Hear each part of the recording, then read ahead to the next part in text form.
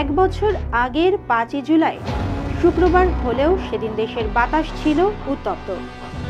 আগের দিন শাহবাগে ছাত্রদের বিক্ষোভের রেশ তখনও থামেনি, বরং সেই আগুন ছড়িয়ে পড়েছিল গোপালগঞ্জ, খুলনা, চট্টগ্রাম সহ দেশের নানা প্রান্তে। রাস্তায় রাস্তায় ছাত্ররা বলছিল কোটা না মেধা, মেধা মেধা। আর এই সব স্লোগানের পেছনে ছিল দীর্ঘদিনের দাবির ইতিহাস। কোটার নামে মেধাবীদের বঞ্চনার বিরুদ্ধে ছিল এই প্রতিরোধ। ঢাকা বিশ্ববিদ্যালয়ে সেদিন ঘটে এক অপ্রত্যাশিত ঘটনা। কোটা আন্দোলনের নেতা সার্জিস আলমকে অমর একুশে হল থেকে বের করে দেওয়ার চেষ্টা করেন হল শাখা ছাত্রলীগের কয়েকজন, কিন্তু ঘটনা তাৎক্ষণিক ছড়িয়ে পড়ে।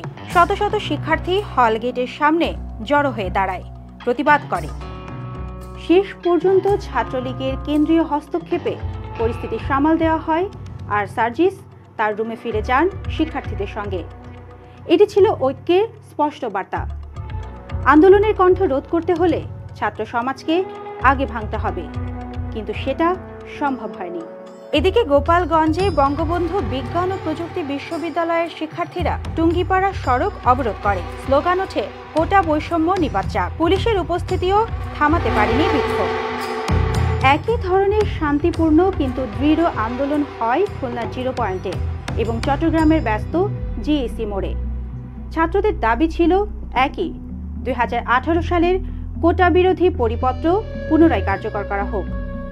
এই আন্দোলনের পেছনে কারণ ছিল 2024 সালের 5ই জুন হাইকোর্টের রায়, যেখানে মুক্তিযোদ্ধা কোটা পুনর্বহালের অংশটিকে বৈধ ঘোষণা করা হয়। আপিল বিভাগ সেই রায় স্থগিত না করায় 5 জুলাইয়ের আন্দোলন জ্বলে ওঠে আরও প্রবলভাবে।